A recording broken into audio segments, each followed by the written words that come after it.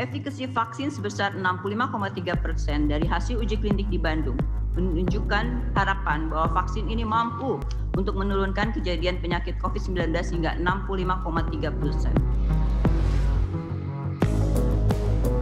Vaksin COVID-19 yang diproduksi oleh Sinovac Life Science Co. Ltd. China yang diajukan proses sertifikasinya oleh PT Bio Farma, hukumnya suci dan halal.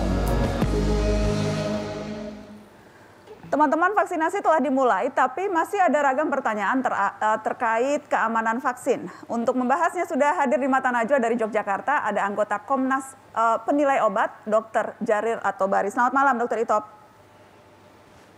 Selamat malam, Mbak Najwa. Dr. Itop, sebelum saya nanya hal-hal yang spesifik soal efikasi dan sebagainya, sebetulnya kriteria penilaian yang digunakan untuk akhirnya memberikan rekomendasi izin penggunaan darurat ini apa saja, Dok? Ya, terima kasih Mbak Najwa dan selamat malam. Jadi ada 3 hal yang paling penting harus kita ketahui untuk menilai mengenai vaksin itu bisa atau tidak digunakan pada status emergensi ini. Yang pertama yang paling penting sebetulnya keamanan. Jadi vaksin itu harus aman. Kenapa? Karena dia diberikan pada orang yang sehat. Ya. Sehingga kalau dia tidak aman, nanti orang yang sehat kena penyakit atau kena efek, maka itu akan membuat orang tidak mau divaksin. Jadi ini akan membuat program itu menjadi masalah. Sehingga safety ini hal yang paling utama. Okay. Kemudian yang kedua, tentunya proses dia di mana bisa membentuk imun, sistem kekebalan tubuh. Itu yang disebut imunogenisitas. Dan yang terakhir sebetulnya kita lihat bagaimana protective effect-nya. Jadi efek dia untuk mencegah dari satu penyakit itu.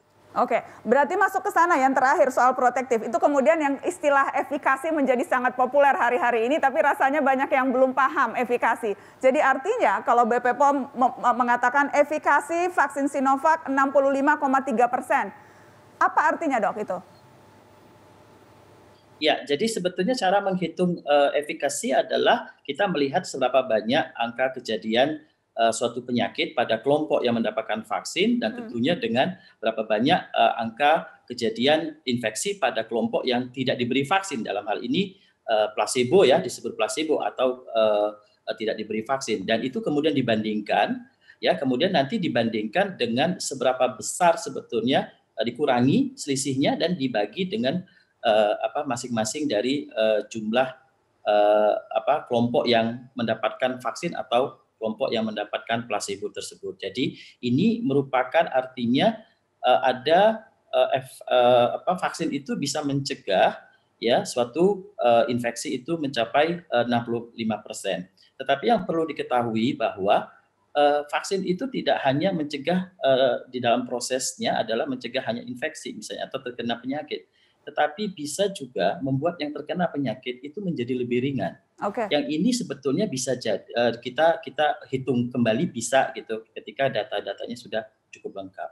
Oke, apakah sesederhana begini, Dok? Dari 100 orang yang divaksin, kalau efikasinya 65,3 artinya 65 orang akan terlindungi dan 35 orang masih bisa terkena COVID. Sesederhana itu? Sebetulnya tidak sesederhana itu kita menilai efikasi 65% seperti itu. Mengapa? Karena 65% itu adalah angka yang bisa disebutkan besar proteksinya. Okay. Tetapi tidak berarti bahwa 35% itu kemudian akan terkena penyakit. Karena 35% itu bisa terkena, tetapi dia juga bisa kemudian menjadi ringan infeksinya. Okay. Dan bahwa vaksin itu proteksinya kan kemudian juga bisa dilihat dalam waktu ke waktu. Jadi tidak semata-mata hanya melihat 65%. Dan kemudian dibanding-bandingkan bahwa angkanya berbeda, di Brazil berbeda, di Turki berbeda, di Turki lebih tinggi, di Brazil baru keluar yang terbaru lebih rendah, sebelumnya lebih tinggi. Orang membanding-bandingkan dan membuat simplifikasi, itu bagaimana, Dok? Ya, pertanyaannya benar sebetulnya. Kenapa? Karena kita melihat dengan vaksin yang sama, tapi kenapa kok tiap negara berbeda? Namun kita tahu bahwa faktor untuk bisa mempengaruhi terjadinya infeksi atau efikasi itu banyak sekali, Mbak Najwa. Salah satunya adalah sebetulnya kriteria dari subjek-subjek yang diteliti. Jadi kalau diteliti itu berbeda, ya misalnya bahwa di Turki misalnya 20% itu adalah kasus pada pelayanan kesehatan yang mempunyai risiko tinggi, 80% yang lain itu masyarakat umum yang juga punya risiko tinggi. Nah, itu artinya nanti kemungkinan efek dari vaksin itu atau efikasinya akan menjadi tinggi. Nah, di Indonesia sendiri kan populasi umum yang dipakai, ya. Jadi itulah gambaran populasi umum proteksinya. Namun kembali lagi bahwa bisa juga di dalam perbedaan ini disebabkan karena frekuensi atau rata-rata infeksi di negara tersebut atau di tempat di mana daerah tersebut dilakukan penelitian, itu juga akan mempengaruhi besarnya infeksi yang terjadi. Jadi banyak sekali faktor, kita nggak bisa kemudian membandingkan. Banyak variabel yang menentukan, tidak bisa otomatis apple to apple walaupun vaksin yang diuji sama. Baik, Dok, kita bicara soal efek samping. Yang jelas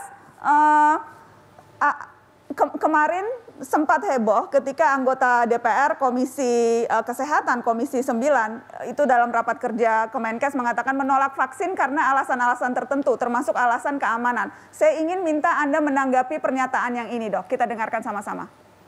Vaksin polio untuk anti polio malah lumpuh layu di Sukabumi. Terus anti kaki gajah di Majalaya mati 12. Karena di India ditolak, di Afrika ditolak, masuk di Indonesia dengan 1,3 triliun waktu saya ketua komisi. Saya ingat betul itu, jangan main-main vaksin ini. Jangan main-main. Saya pertama yang bilang, saya menolak vaksin. Saya ingin minta tanggapan Anda, Dr. Itop, sebagai tim Komnas Penilai Obat. Apa tanggapan Anda atas pernyataan itu? Ya, jadi kita menilai suatu vaksin tentunya akan melihat keuntungan dan kerugian dari suatu vaksin. Saya beri contoh misalnya polio ya.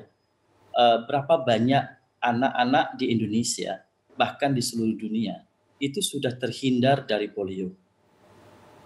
Ya, kita ketahui angka polio itu sangat tinggi dengan kemudian mengakibatkan anak-anak terjadinya lumpuh.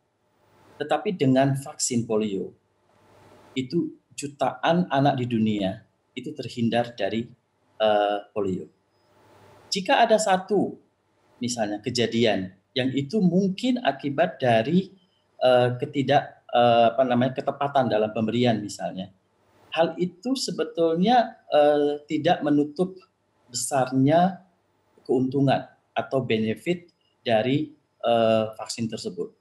Dan kita ketahui bahwa untuk yang kaki gajah misalnya, bahwa itu sudah dilihat satu persatu kasusnya. Dan itu ternyata tidak ada hubungan sama sekali kasus tersebut terhadap program tersebut. Jadi tentunya Badan POM sendiri selalu akan memantau keamanan dari semua produk yang diedarkan, dan juga bagi pemerintah yang kemudian melakukan program vaksinasi atau kemudian program apapun untuk intervensi di bidang kesehatan masyarakat, tentunya juga selalu mempunyai kesempatan untuk memonitor terus-menerus keamanan dari program tersebut. Jadi saya kira seperti itu. Baik, kita masih ada waktu untuk melanjutkan. Saya juga ingin bertanya ke Raffi dan juga Mas Erik setelah pariwara. Tetap di Mata Najwa, kami akan kembali. Vaksin, siapa takut?